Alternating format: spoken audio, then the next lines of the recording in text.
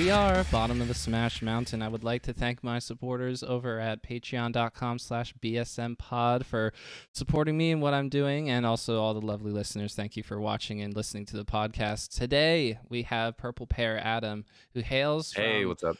halfway around the world. You don't have to dox yourself too hard here, but this is a 8 a.m. conversation for me and a 9 p.m. conversation for you, so we can leave it there if you want to. But otherwise, Adam, thank you so much for joining me. Hey, no problem. I don't mind. I'm a Smash guy in Hong Kong of all places, so that's where I'm at. Thank you for having me on. This is super awesome. Can't wait to get into it. That's really, really cool that, first of all, I know that we like to say Melee is a worldwide thing, but then even in North Dakota, Melee is apparently dead. So I really like hearing that there are people in places like Hong Kong, and then when the Smash World Tour 2022 was announced, different events that are being held in Australia, or there's, I guess the Qatar event is just Ultimate, but there was something else, a Brazilian event, Ultra Hard, I think, also has a Melee bracket. So that's really, really cool to hear about different parts of the world doing that. And I remember there being a Seoul, South Korean tournament being announced for Melee, but I don't recall there being a Hong Kong one. So maybe in the future. But you are a I was Melee looking. enjoyer. I was looking really hard during Oh, that announcement video. I was like, where are the Southeast Asian events? I was looking. I noticed the Korean one and the Japanese. There's two Japanese ones, but one was for Ultimate, I think only, yeah, and and then then one only for obviously yeah, Melee. one day in Hong Yes. Kong. Well, how much do you want to be a part of that? Because we can get into specifically you. How did you first get into Melee, and then we'll sort of get to the point of where we are now. Sure. Yeah. So, I actually, my brother and I, growing up, we had a GameCube. I think it must have been like 2002, 2003 as like a Christmas present. We had an older cousin who had his own NES in the States. So growing up, when we were still living in the States, because I moved to Hong Kong at an early age, we would go see this guy, our older cousin, and I remember he used to bop us with Pikachu in this first Smash, and we were hooked, and we would just sit there for hours in his little like basement room playing. And my brother and I were huge fans of like Pikachu and like Pokemon and stuff, so I think we must have like begged our parents to get a GameCube. We got Smash. We used to wake up at like 7 a.m. like early for school just so we could play 99 stock battles on like different stages. We would never like finish the stock battle, but it was always a good way for my brother to get bragging rights early in the day. Uh, but I had no idea about competitive. I think a lot of people are in my position. It only came back up post Evo 2013. My brother had watched the documentary, and I had met a guy in college in California who he ended up living right next to me. He was my college neighbor, and he had a GameCube, and we would just play constantly. And I remember the first thing that blew my mind about, oh, this game is not what I remember back in 2003, my favorite game with my brother, was when he showed me that Samus could like bomb, jump, recover. And I was like, oh my God, like she can recover forever. This is so cool. That's And so I never sick. knew something like it was so sick. And it's like built into the game, right? Like it looks super seamless. So I ended up becoming a Samus main. That's like my first competitive like main. Yeah, basically. Woohoo! Um, it was great. It was awesome. So I started in California and I started trying to go to events. My college campus had events and had clubs. I was over in Claremont. I had some friends who were like also grinding like me. We would drive out to like a Super Smash Sunday, and like that esports arena in LA, and I would like watch or I would play. And I watched the documentary eventually because my brother said it was sick, and I just got hooked. Like it just went from there, right? As it does. Um, so yeah, and then I ended up traveling all over the world, and wherever I went, it seemed like Smash would follow me. I went to go stay with my brother in Portland, Oregon. I ended up playing with some awesome people there. I met a couple dudes right outside my brother's place at a bus stop, and they were talking about playing Melee. And I just went What? up to them, and I was like, "Are you guys talking about Smash?" And they're like, "Yeah." Turns out one of them lived across the street from my brother, and I would go over to his after work that whole summer, and we would just grind. We would just play Marth Falco, Marth Falco. I ended up becoming a Falco main after I played Samus Falco on FD. I realized that matchup was so miserable. I just switched entirely, um, or dual mained rather. And then I ended up moving with my friend to Nicaragua in Central America, a tiny Central American country. Nobody knows about, but if you do know Melee and Melee top players, you know that None is from Nicaragua. And so I was I about to say. tweeted at None. Yeah, I tweeted at None and I was like, hey, I'm about to move to your very small country. Are there people I can play there? And he hooked me up. He like tweeted me back, and he like sent me an email with like different people in different towns.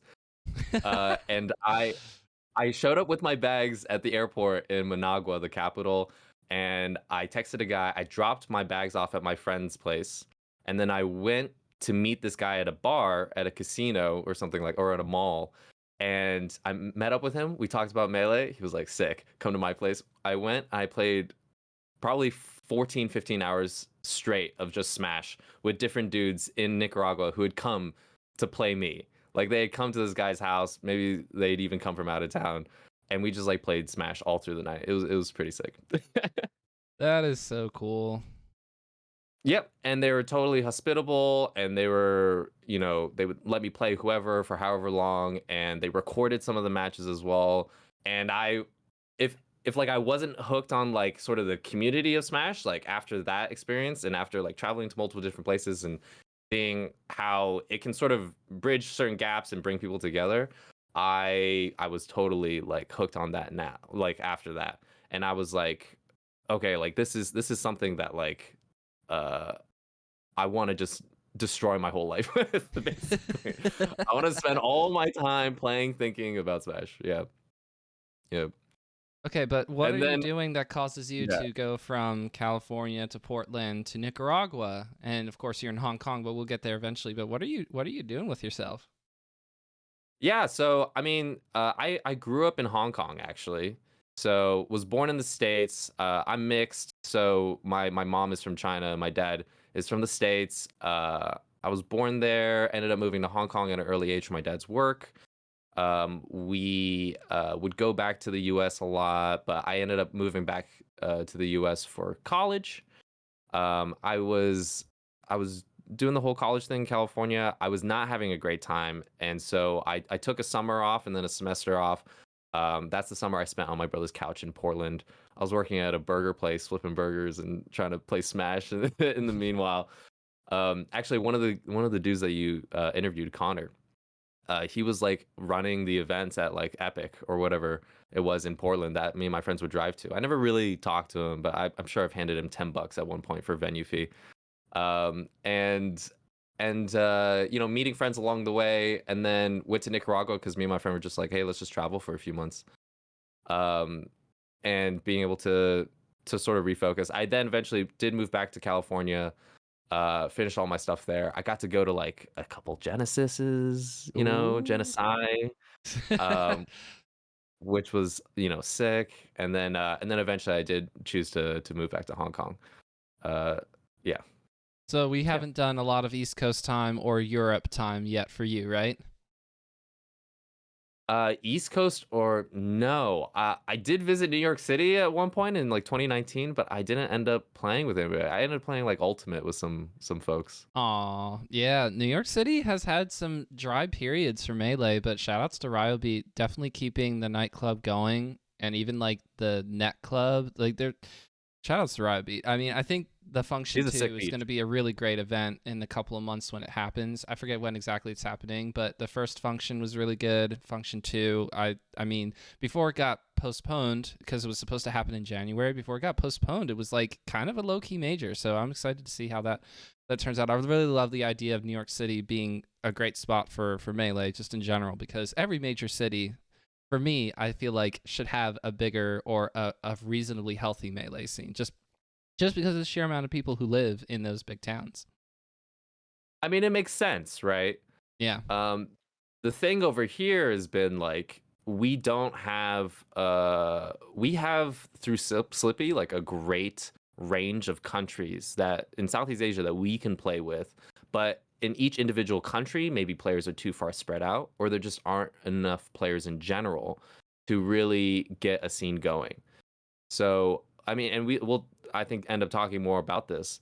But most melee players right now in Southeast Asia, it's mostly like people who came from the States or like Europe or something, and they're looking on Facebook or wherever or Discord for people to find games with, or it's like the killers in Japan. I mean, and people like honestly, you like run into them on net play because they're still putting in hours on unranked, and you're just like, oh, these guys are so good.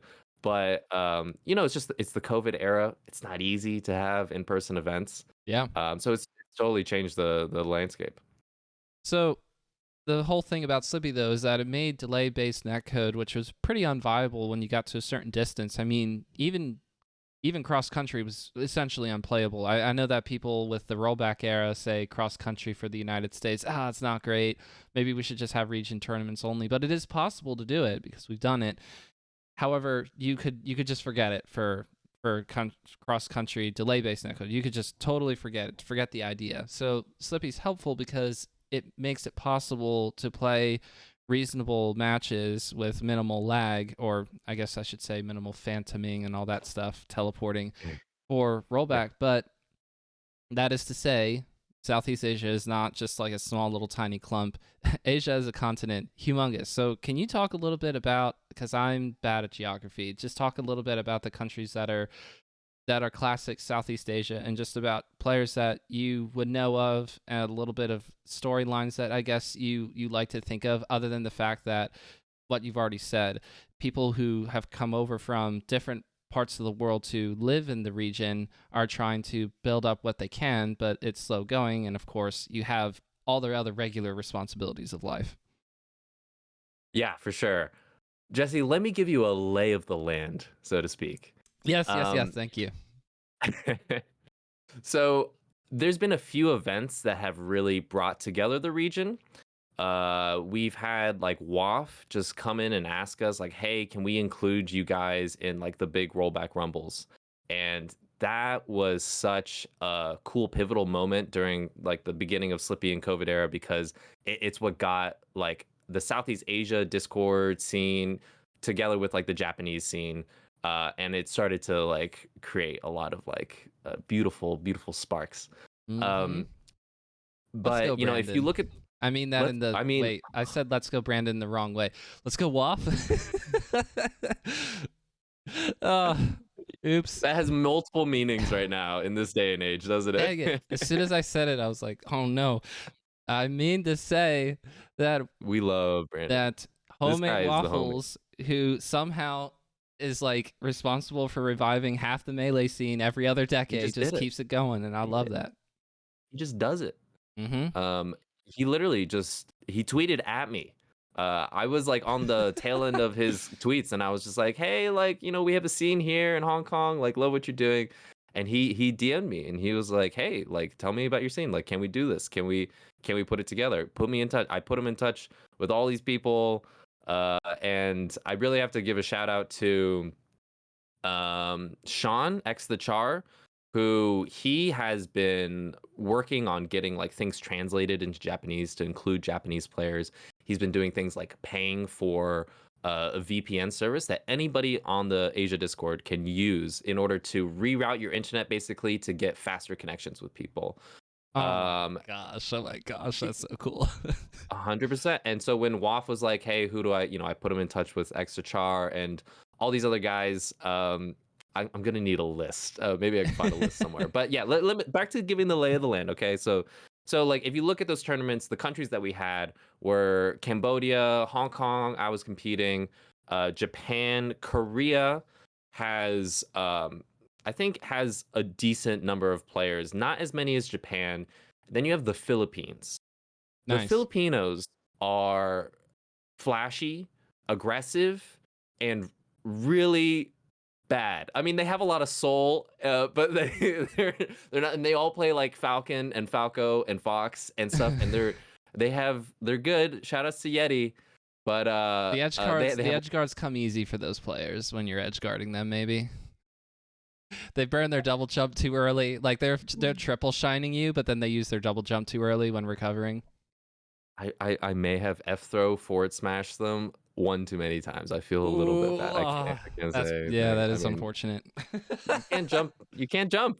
You just don't jump. Just don't try and attack back on the stage. No, but so yeah, Korea has some formidable players. The Philippines has a lot of players. They're actually running right now a Filipino tournament series. I believe it is. I don't want to misspeak. But I was talking to my friend Yetis Don't Exist today. He's a Filipino streamer, TO, and very, very good player. They have like 18 guys. They're doing like full round robin Filipino league right now, Oh with heck yeah, let's $100, go. with $100, with $100 in the prize pot. So shout outs to them. Keep doing what you're doing. I love that. That's Um, awesome. yeah, 100%. So I mean, yeah, like it's there's a main Discord. Everybody's on there. We're looking for games at like degenerate hours, 3 a.m. You know the like. Mm-hmm. And people are talking about the game. People are memeing. It's all the usual. Um, but I will say, ever since real life has sort of progressed back into people's lives in Asia after COVID, things have died down a lot. So there was like a lot of tournaments and stuff. WAF was doing our tournaments like last year and the year before. But right now, the last cool thing that we were doing was we had a mentor mentee tournament where a few of us, maybe older players, I started playing competitively in 2014. We started there's a huge wave of like new players. So we started assigning coaches and players, and then we had a week with them. We were doing multiple training sessions, and then we had a tournament last Saturday. And we were commentating our players, me like, I told him not to do that. He's fucking up, like stuff like that. And it was a really, really cool time, right? It's just, yeah, a cool community thing. And we want to keep doing stuff like that, I think. That's really fun. Bringing in new players. Yeah, that is the challenge, right? Because logistically, we're talking an area of region that covers hundreds and hundreds of miles. So it is very and sea. So this is not just something that everybody just drive to the thing. Like you have to cross international borders and everything else. And of course, with COVID kind of starting to chill a little bit, that doesn't necessarily mean everything's opened up. Oh, everything's back to pre-COVID. I mean, that's going to be part of our lives moving forward in some capacity, no matter what. I mean, Yeah. we are doing a better job recently, but of course, you can't account for new variants and this, that, and the third. So it's not like, let's just go ahead and make things happen now, with the exception of the Smash Roll Tour, because that's like one idea that you have other than what you've already been trying to do with the region, which is, I mean, doing stuff like mentor mentee, that's so cool. I love that concept. And then doing different ideas like that, it's, well, now that the Smash Roll Tour is starting to try to have events happen in certain areas, what better way Yeah. to draw international talent? I mean, people talk about wanting to go to Australia to play at BAM or Phantom because it's either a gold event for the Smash Roll Tour or a platinum event. The natural connection is, well, if there was an event in Hong Kong or if there was an event in the Philippines, Cambodia. I mean, there's one event in Seoul in South Korea, which is really, really cool. But I think that's like one of the more disconnected parts of the region. Would that be fair to say? Just because I feel like, isn't it kind of at the same north-south part of Asia where kind of above Japan-ish?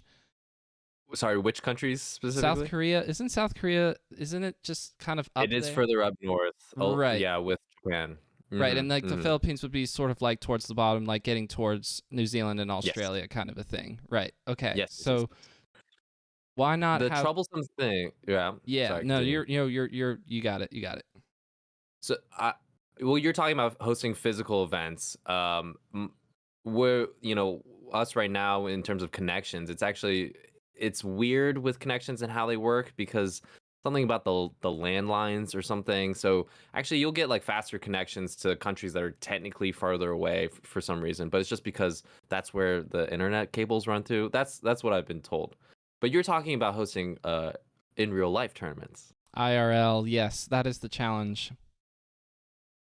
It is a challenge, and an interesting thing is like you have like I remember in LA we went to that esports arena, and it's like they have a dedicated esports space. And the thing that I've been focusing on is like I think it'd be really sick to host in Hong Kong different like esports stuff.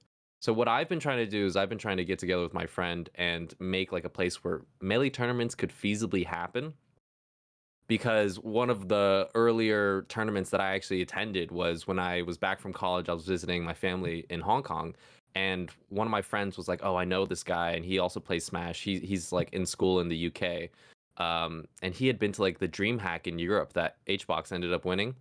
And Yeah. he was like, "Yeah, he plays really well. He's really high level. Let's go and like let's try and beat him and level up." So we went, and it's this great guy, Anthony Caton, and he had basically rented an Airbnb, and he had just stuck a bunch of small CRTs in there, and you had all these different people from around Hong Kong, like a Russian dude. There's like a few like people who like they would always like play together, but like it was just like a homie thing. Like they weren't really good. Yeah, It yeah. was like and it was really inspiring. I won I'm just gonna show a little memento, but I won this little sick melee book. Like he gave this to me for third place. And it's like it's got like all the characters' moves and stuff on it. It's like really cute, right? And and I was like, oh my god, this is sick. Imagine TOing and be able to do something like that for someone else. I want that. It's sick, right? It is sick. I like Oh. would start writing like melee things in here that I wanted to incorporate in my play. That's cool. Mm. Yeah. Did you write up tilt versus Falcon? Because that really, really helps. I definitely wrote a mango combo where he just up tilts into shine as shield pressure, and they don't react fast enough. You just get a free shine, so it is That's good. beautiful. I mean, a Yeah, lot of low level Falcons are really excited for Stomp Out of Shield, so that seems like pretty free to me. that's right. That's right. But then Oh god, when they hit it on you, you feel like, oh man, I've regressed like 5 levels in the past 2 seconds. exactly. You're caught slipping. It's the worst feeling. You have to look at your watch. You're like, oh, when am I gonna get need? Yeah. Oh. Yeah. Do you just turn your brain off when you're getting comboed like that? Because it's like I'm not playing for a whole lot right in this moment. Like I don't need to try to SDI and tech this blah blah blah. Like when you're getting comboed, most of the time I feel like the idea is I don't know how much effort I need to be making to escape this, because if they're good enough, they're just gonna hit it anyway. I mean, I guess if I were playing against a high level enough person, I would be trying to do everything that I can because I want to get a feel for it. But maybe after a while, I would just get a little cynical and lazy. Where do you feel like you fall with that? It's just total panic. I mean, I'm like holding in, and I'm like, oh my god, when's it gonna come? And and then I remember I was playing like the guys in Nicaragua, and like some of these guys have been playing for like 10 years. Like their style is really unique and amazing. And a lot of them play Falcon. And I just remember like I'd be holding it, I'm so terrified because they move so fast. And then they up air you, or they nair you, and they get the knee afterwards. And then you feel like even more full. And then you're like, okay, next time I'm not gonna like hold in, right? That's the only thing you're focusing on. And the next time, like you get out of the combo, and then you live, and then you get the stock, and then you're just like the dopamine just, and then you're just, yeah, I'm amazing. Best of the That's the world. hook. That's how melee gets you. Yeah.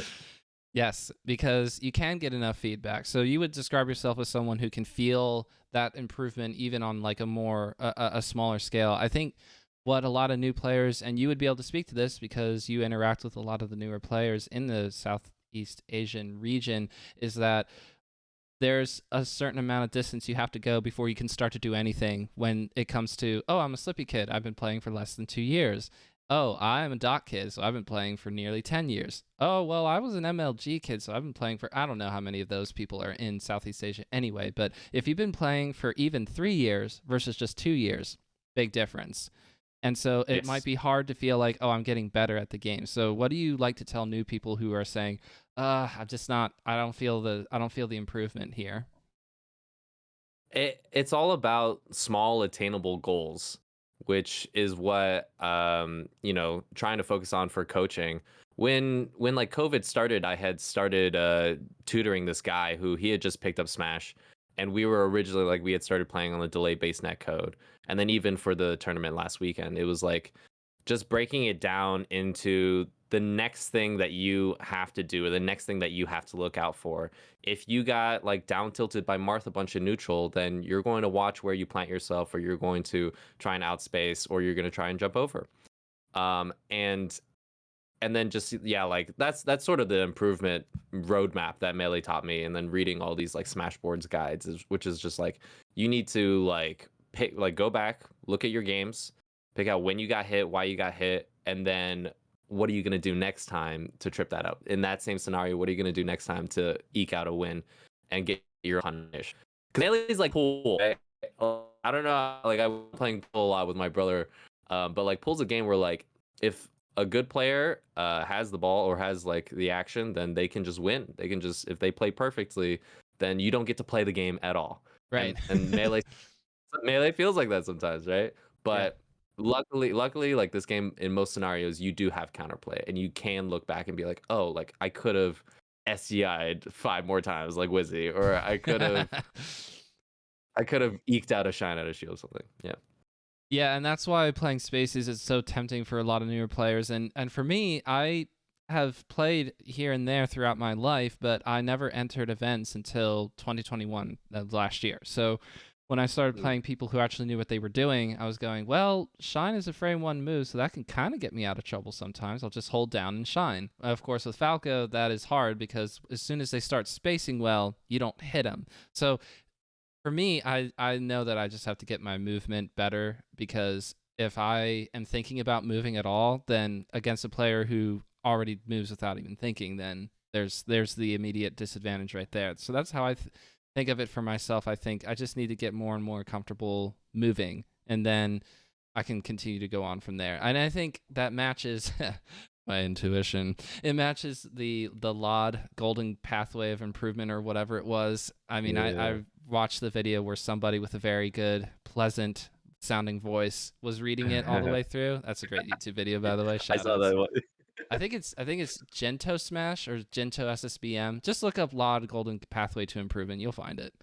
But now that The we're audio version. now that we're talking about stuff about Southeast Asia, I want to take a break from it and go back to when you were out in California and you went to a few of the Genesis tournaments, because I love hearing stories from there. So, do you have one in particular that comes out, sticks out in your memory right now? Oh yeah. So I went to, okay, so Genesis 3 Mango made that crazy loses. Genesis 4, I went to Genesis 4 and Genesis 5.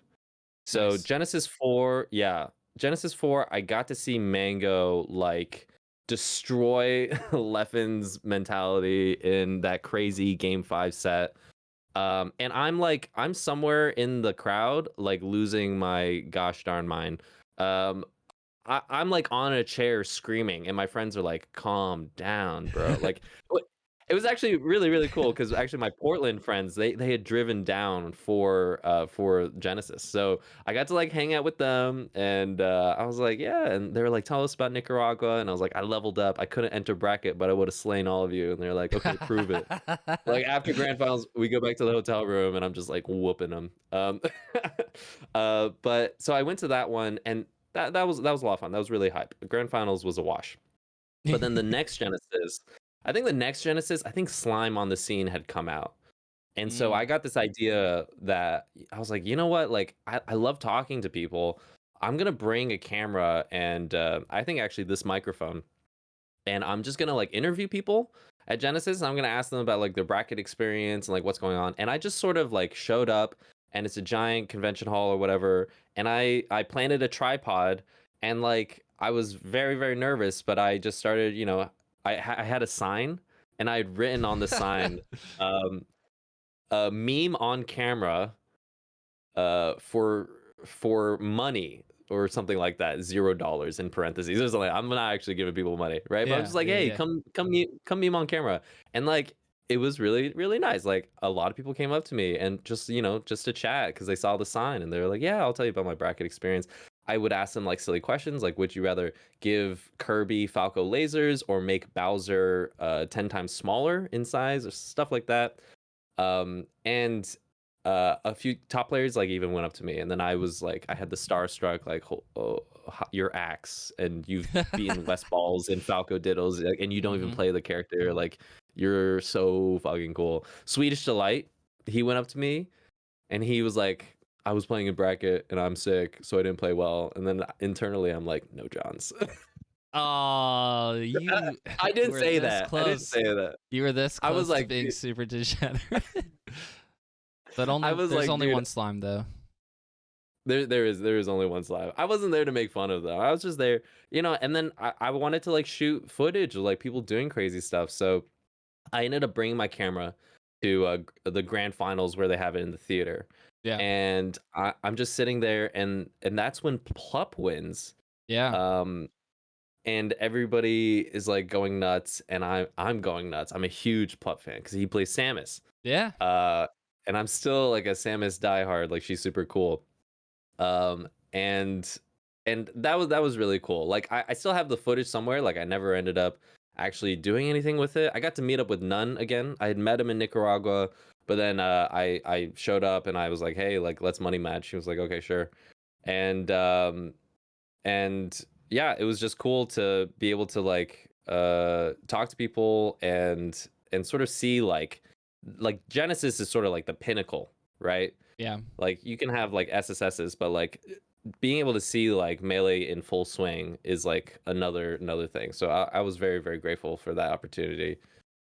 I didn't have to So you drive like you my were talking about family. how Genesis 4 was a wash because Armada with the fastest 3-0 of all time against Mango in grand finals. I mean, we were all very happy that Mango got back there, but then he was just like, I'm done.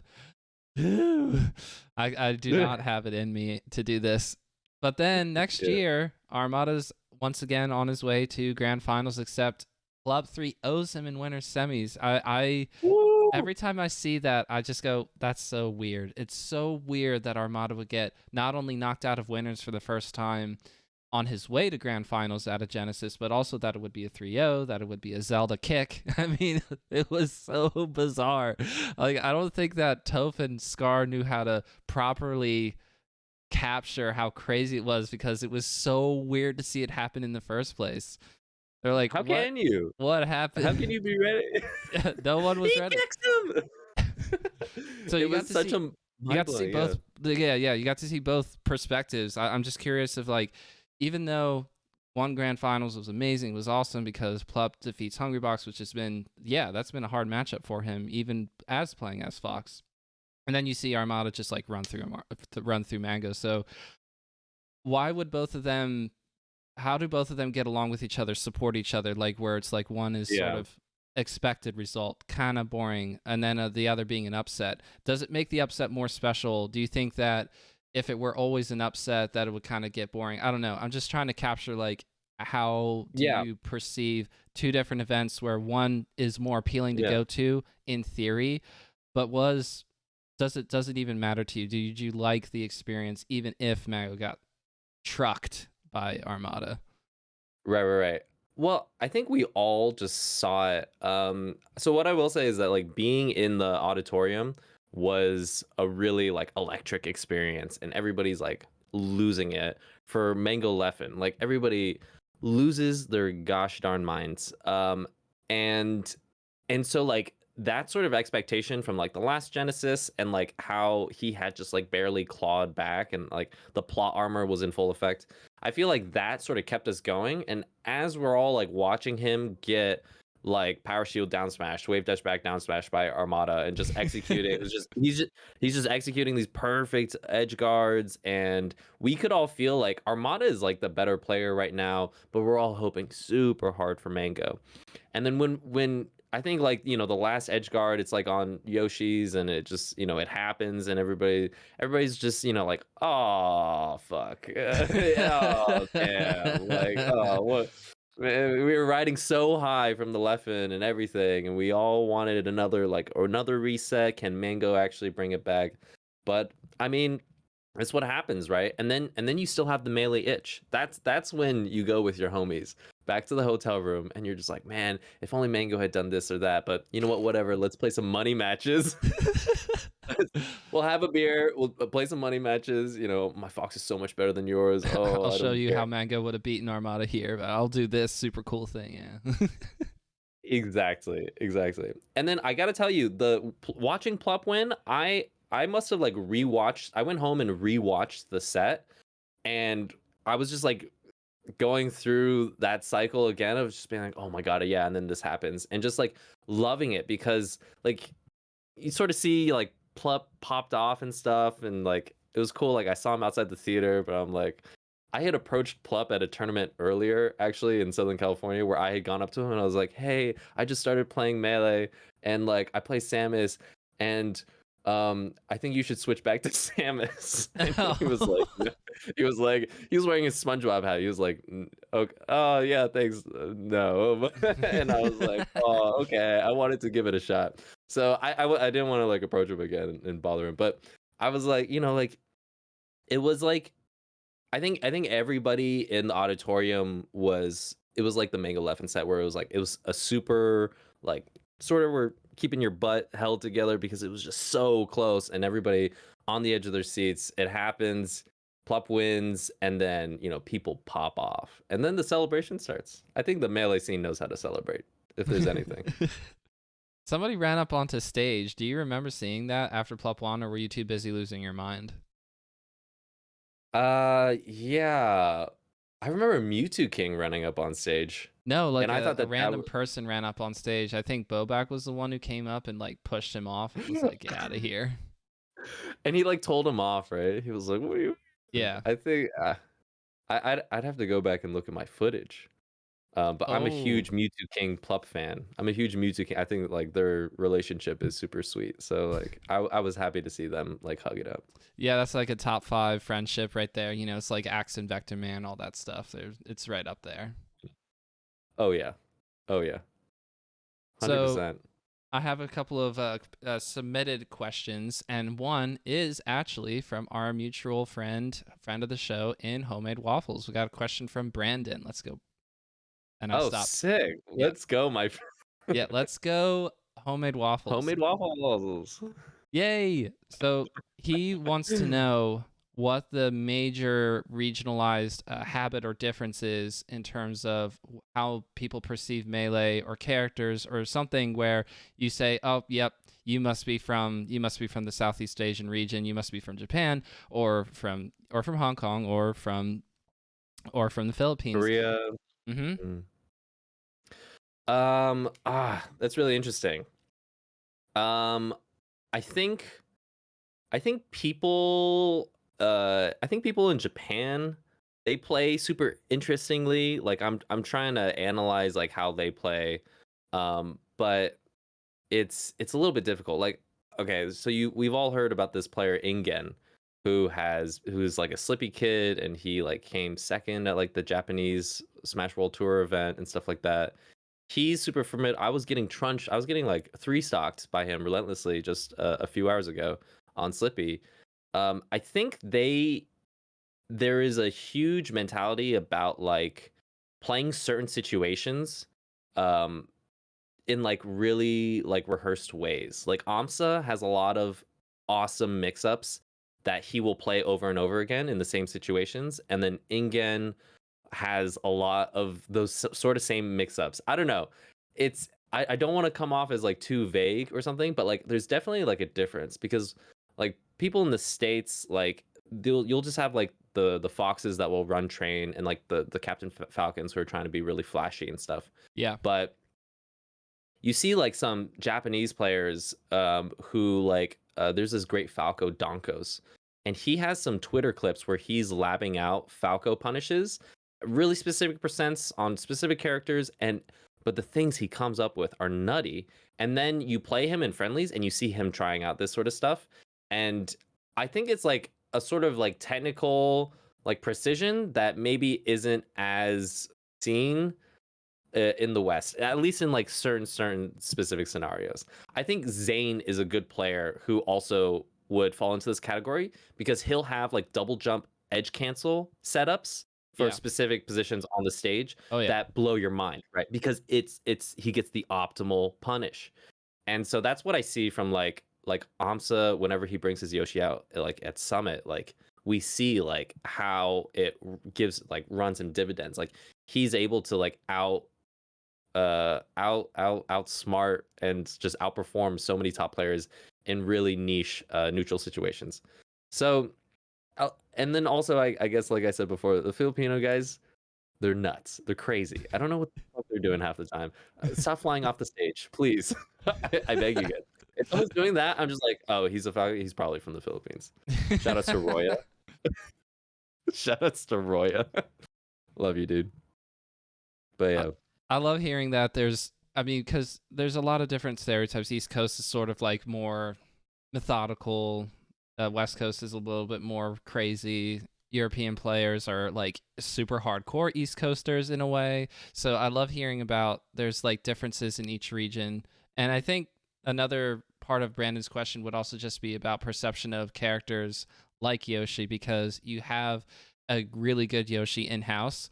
And I think one thing that gets talked about, at least from the Toph camp, because Toph has housed Amsa before, knows Amsa's Yoshi very well just by commentating it and everything and watching a lot of footage of it. And then, of course, because Toph spent time in Japan and seeing the players over there, I've heard this enough times that Amsa doesn't regularly sweep the Japan tournaments. Like, there'll be players who actually challenge Amsa and occasionally win, versus when Amsa goes over to the States and everybody goes, oh, Amsa could like place top 5, top 3 easy for this tournament, depending on how it goes. And for Smash Summit 12, people were saying, is Amsa going to win this tournament because of how well he was playing over that weekend until he ran into IBDW. But would you say that everybody, because they get enough Yoshi practice, that just means it's easier to play against Amsa, even though that is still a monumentally hard task? Or does everybody just respect the fact that Amsa is so good intuitively with Yoshi that it doesn't matter? Yoshi doesn't become top tier. It's just more of who you're playing when it comes to that matchup. Yeah, I mean, people have, I think, a little bit more maybe respect and then also like time playing Yoshi over here.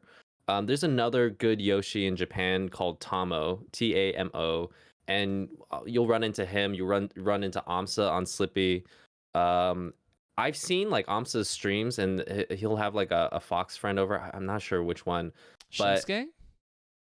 it might be. It might be. I know But they've played at least a few exhibition matches in the same house yes, at Amsa's place together. Okay, so it that's just might a have guess by been me. him. No. It's definitely like it could definitely be him because I know the exhibitions you're talking about.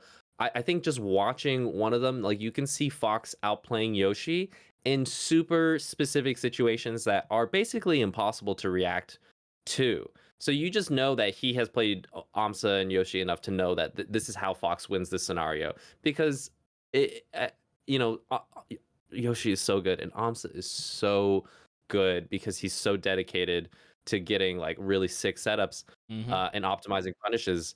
But you'll see like Fox is just broken. Like he can just get out of that scenario or just up throw up air Yoshi.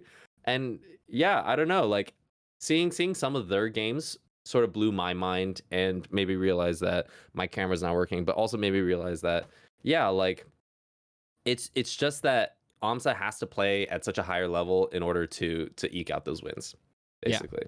yeah. That's the eternal curse of having a character who is not quite in the land of top tier, because there's certain deficiencies that Captain Falcon has or that Peach has, but they're a lot closer to being there. Whereas for Yoshi, definitely fringe, but it's really it's really people like Amsa, and I guess in the States, people like Whiskers and Yeah, Go Yoshi. No. Go something else. Deux. I forget. I do apologize to that player. I can't quite remember it's your whole okay. tag. But I personally I miss Avalancer's Yoshi. Avalancer, was that his name? I think he also changed it. Newbie. Yeah, so I miss that guy. yeah, but there's a certain amount of representation for the character that we get to see, but it's really Amsa who pushes everything, I feel like, still. So it's obviously you have to go up against the top tiers and the high tiers. You have to deal with Fox and Falco and Falcon. Then those are always going to be hard matchups for Yoshi. But I still, of And course, like you, I'm sure, rooting for Amsa to do it at a major someday. I think he can. I actually like I'm a super Amsa believer. I think he's just so good, and the character is actually really fast and puts you in tough spots. That he has just like he figured out how to use Yoshi's command grab in neutral, and I was on the receiving end of that before he went over to Summit, and I was just like, man, like Yoshi's command grab actually good? Question mark? Question mark? And then I see him using it, like I see like homemade waffles on the mic being like surprised when Yoshi's pulling that out in at Summit, and I'm just like, yeah, like he's been labbing this stuff for months. So it's a really interesting dynamic, and also I think that you can just tell like top players at Summit, like they're thrown off by the double jump armor. Like Yoshi, I know my camera is like so stuck right now, but it's okay. No worries. Yoshi, it's such a difficult sort of aspect or game mechanic to play around, and the fact that like they're unpracticed at it, like I think Amsa's better than just like, oh, they don't know how to work against double jump armor. He just brings so much. So I know next time he's gonna bring even more. Can't wait. What do you think is going to happen to the region of Southeast Asia when AMSA eventually moves to Canada? Ooh, good question. Um, well, I can tell you one thing, and I wrote this down so I don't forget it. I can tell you that we have another season of our Asia regional, the ASMR series, season 2, starting March 26th. So I know that that will be happening no matter if AMSA is here or in Canada.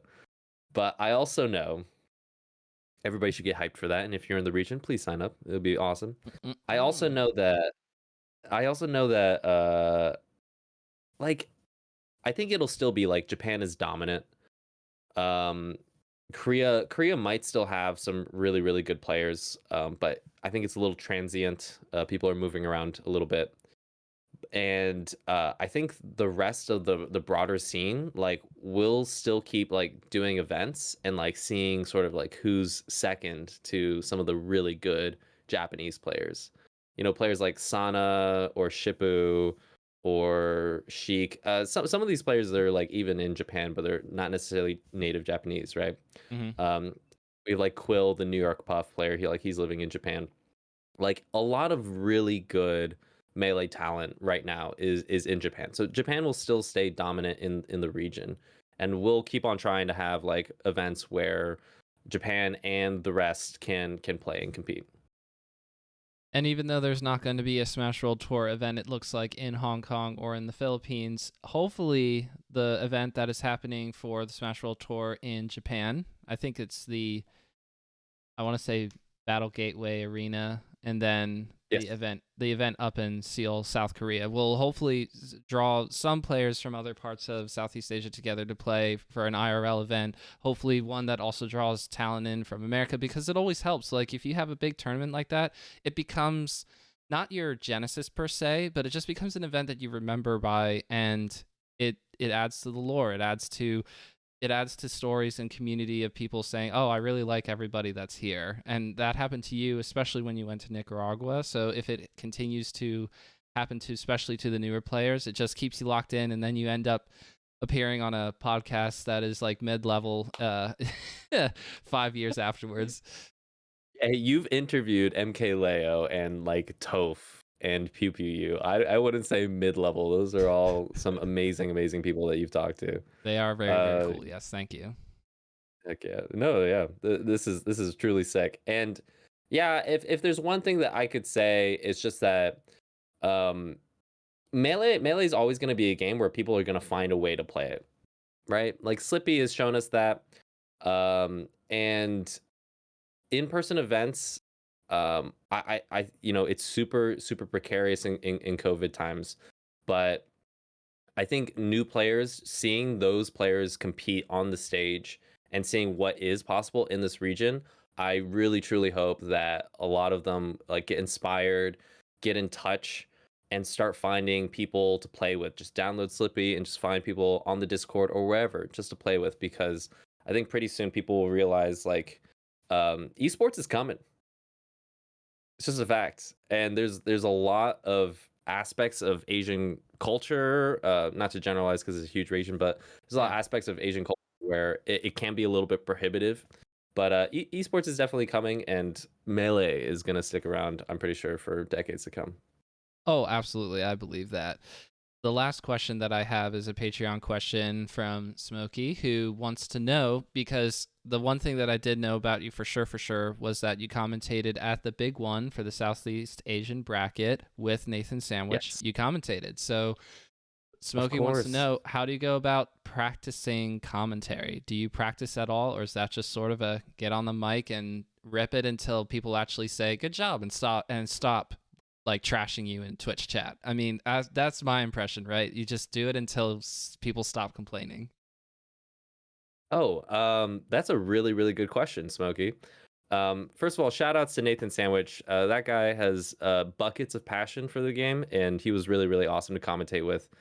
Um, I think you've also interviewed him. Oh my gosh, you're Yes. everywhere. Nathan Sandwich is a multi homie of the show, actually. Yeah. Look at you, Jesse. You're everywhere. In terms of commentary, I do practice. At times, I really, really enjoy a good commentary. If you find a good commentator, really break down why you like them, and then try and just start off. You can emulate, right? Just like we do with Melee, like we Yeah. emulate our top players. You can emulate top commentators for sure, right? So if you want to be the hype commentator like Scar, you can go, yo, just like him. Was that a forward smash? Yo, stuff like that. Oh, I'm losing it. If you want to be more analytical, you can be a Toph type. You can be a Vish type, or you can just add in what you think is the really important aspect of the match. If you The can really PPMD. condense, Yeah. oh yeah, oh yeah. If you can condense what you believe is the relationship, what's really going on in the match, and succinctly say it, and you're working well with the mic, it's good to practice on a mic so you know what to do, how to make love to the mic, then your commentating will get better. That's what I'll say. I love that. And also, I should say shout outs to Nathan Sandwich as well for connecting us in the first place, because I believe he was the person who said you should interview Adam in the first place. And this happened long enough ago. I can't remember Oh, for sure, but that's how we got connected, Nathan. is it not? You don't have a Twitter. You don't. Yeah. Nathan, that's so awesome. What a homie. I'm blown away. Sorry. No, because I'm pretty sure that's how that worked. So I'd have to go back Uh-huh. and check our messages, because I would have said why I was reaching out to you. Obviously. uh, It was I did comment on your Nathan Sandwich interview, and I was like, Nathan is a really dedicated guy. It's super awesome that you interviewed him. I remember I listened to him because I remember as well the big one was really difficult to run. Him and Jade were like up all night for like a week straight doing a bunch of stuff. Yeah. Yep. That So was a work that hopefully won't have to be replicated again, but always shout outs to Jade and Nathan. Jade especially for staying up for like 72 hours straight. holy, Ridiculous hours. that is a little bit unhealthy, I'm not gonna lie. But Nathan, I heard, is he TOing Genesis? So Nathan is going to be the melee TO person for Genesis this upcoming April, which is really, really cool. And Jade will be helping with that as well. I think to a certain extent Connor as well. So Props. my Props. my idea of it is that Nathan is just sort of like triple teaming it with Jade and Connor. So I know that they're going to be able to do that really, really well. Nathan was talking to me about Genesis and was talking about how they just are going to have little teeny brackets of people who are already out of the event, out of the singles bracket, and just doing like, oh, let's do an 8-person paper bracket. Let's do like a 7-person or a 12-person paper bracket. I'm like, you're gonna do that on top of having everybody captain pools and everything else? And Nathan's like, yeah, we're gonna do that. He's like, it's a Genesis thing. People have done that at past Genesis events. I'm like, That's why awesome. would you? That is It seems like such a crazy concept to me, that while you're doing all this big stuff for melee, that you're just gonna do more melee. But like you said, if you want to play melee, you're just gonna figure out a way to do it. I love that. actually. That's awesome. I can't believe that I've interacted with those three people as well, and I live in Hong Kong. Like that just goes to show you, like most of the Melee community is very accessible. If you show up to an event or you're local, you'll end up meeting some people, and it goes from there. Oh, you know what? I wanted to ask you this, so I have to squeeze this in as well. Are you going to be able to Sure. go to a North American event at some point in 2022, or is that not in the cards for you? Good question. Probably not in the cards. Maybe around about winter time, Christmas time. If things go well this year, then I'll be able to, I got family back there. My brother and my sister, they're both there. Sure. So look out for me at your Bay Area local come winter time. I might be there. Bay Yeah. Area Rumble, that's the regional up in NorCal that Nathan Sandwich is running. So if there's a Bay Area Rumble in December-ish, then hey, I'll maybe have you'll to get go to see there. Adam there. That'd be so cool. I'll have to go there. That'd be sick. Oh my god. Yeah. So that is Anywhere it you go, for you can find a Smash home. Mhm. yes, yes. Sorry. I love that. No, you've literally proven that from South America to Asia to North America. We're just gonna have to see how much further you can go to other parts of the world. But I love hearing all these stories, and I have more questions. But to wrap up, I want to give you an opportunity to plug or talk about whatever you want because we're not going to be able to tell people where to find you. You don't have much or any of a social media presence. So you could just use this time to talk about whatever, and that's what we can wrap up on. Yeah. Actually, you can follow me at FalcoMaster6000 on Twitter. I could have Sorry, put I that. probably I could. What? You have the. should have told you that. I should have told you that. I don't. I I not logged in ages because I don't know where the password is, but that is my Twitter. That's where Waffles message me. Technically, that does exist. That's how I message None as well. But yeah. Woo! Oh I my want to say, gosh. listen, everybody, listen. If you're in the Southeast Asia scene, you gotta hit us up because we are dying to coach you, turn you into the best player that you can be, and you will not regret it because there's nothing else to do right now. There's nothing else to do. COVID has ended people's social lives. So join us. There is a Southeast Asian Discord. If you go on Twitter and you look up Southeast Asia Melee, you will also find a Twitter account that will translate upcoming tournaments into Japanese and English so that you can find a way, find the Discord link, and get in touch with us. We'd love to have everybody in our community. We love looking for games at all hours of the day. And yeah, Melee is movement. We love life. There you go. Bada bing, bada boom. Adam, thank you so much for joining me on Bottom of the Thanks so Smash much. Mountain. Thank you, man.